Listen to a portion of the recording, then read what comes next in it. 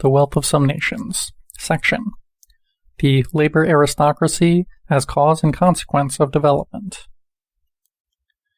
In the pre-neoliberal phase of imperialist capitalism, unequal exchange and unequal development had the same basis in the international variation in wage rates. Essentially, if there is not sufficient purchasing power in society for the sale of commodities at a price yielding profit, then capital will not be attracted to invest in it. Prior to the neoliberal, quote, globalization of capitalist production, uneven and attenuated as that has been, the low wage levels of the Global South did not represent a market with sufficient purchasing power to attract capital. Even in 2016, the city of Dublin, Ireland, with a population of 530,000, had a GDP of $101 billion, while Morocco, having a population 66 times that of Dublin, at 35.3 million, had a GDP of $100.6 billion. Prior to neoliberalism, the low wage levels of the exploited countries generated a market that was too small to attract substantial quantities of capital, and, therefore, only a relatively small number of factories based on the domestic market were set up therein. The production facilities that were established were geared towards production for export to the wealthy imperialist countries, with high consumer purchasing power. In explaining how investments in the imperialist countries lead to development, while those in the exploited countries remain limited and marginal, Emmanuel has written, beginning of long quote, "Why is it that European capital in the United States and Australia, and United States capital in Canada, have benefited these countries by developing their economies, whereas in the Third World they have played a harmful role by forming enclaves? An enclave merely means a foreign investment that refuses to participate in the country's process of expanded reproduction. In less learned terms, it is an investment that restricts itself to the self-financing of the branch in which it is installed, and then, once this expansion has been accomplished, repatriates the whole of its profits.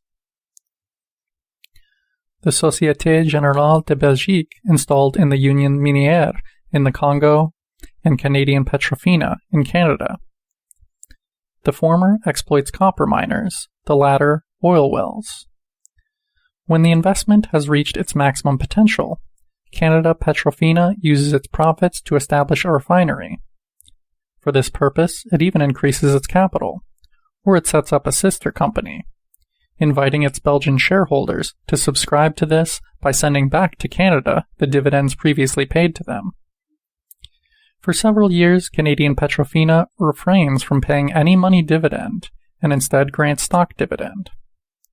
This is not displeasing to the Belgian shareholders since, unlike dividends paid in money, a stock dividend is not subject to income tax. Then the company interests itself in the distribution of oil products and buys a network of selling points. Next, it sets up a petrochemical industry, followed by works to produce tank cars. And after that, what then? Perhaps a chain of department stores, or else a shoe factory. If the company does not do this, its shareholders will. By instructing their bankers to use the product of their dividends to purchase a wide variety of shares on the Montreal Stock Exchange. The Belgian shareholders receive pieces of paper and credit notes, and that satisfies them, but their capital is Canadianized.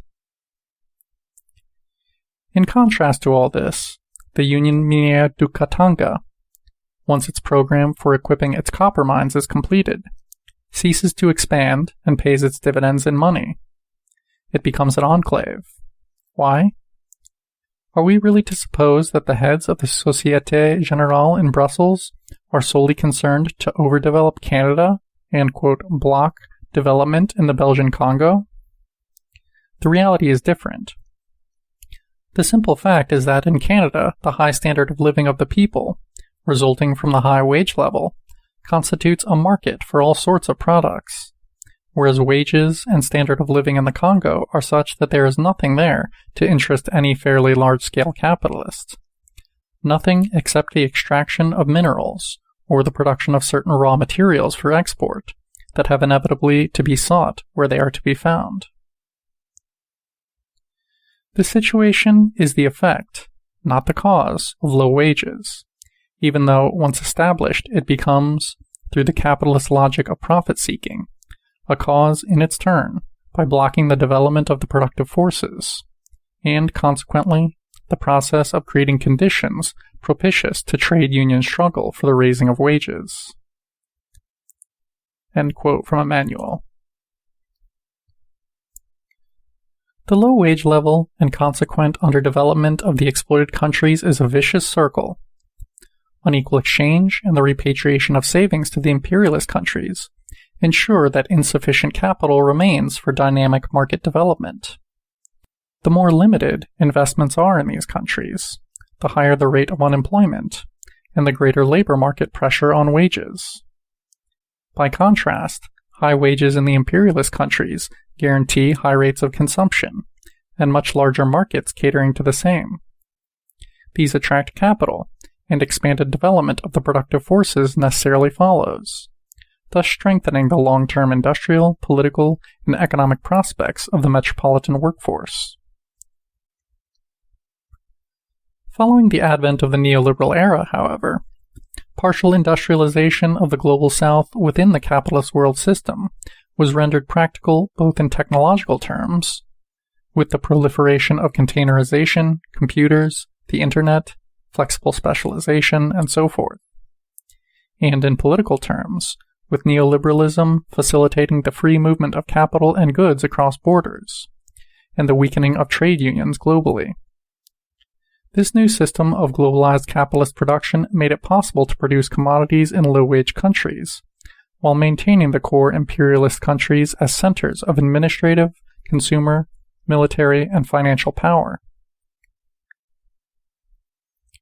Without question, Southern industrialization has brought profound changes to the imperialist world system, with much of the planet having freed itself from formal colonialism in the decades after the Second World War.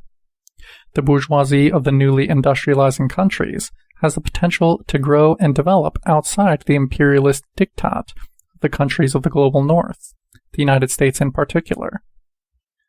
Yet the durability of global wage divergence and the concentration of associated consumer markets in the former colonizing regions, alongside Western financial, fiduciary, and military hegemony, are preventing the global south from delinking from the major imperialist economies at this time. A long struggle for South-South unity lies ahead, and those states of the global south having the support of their working populations in the vanguard. End of section.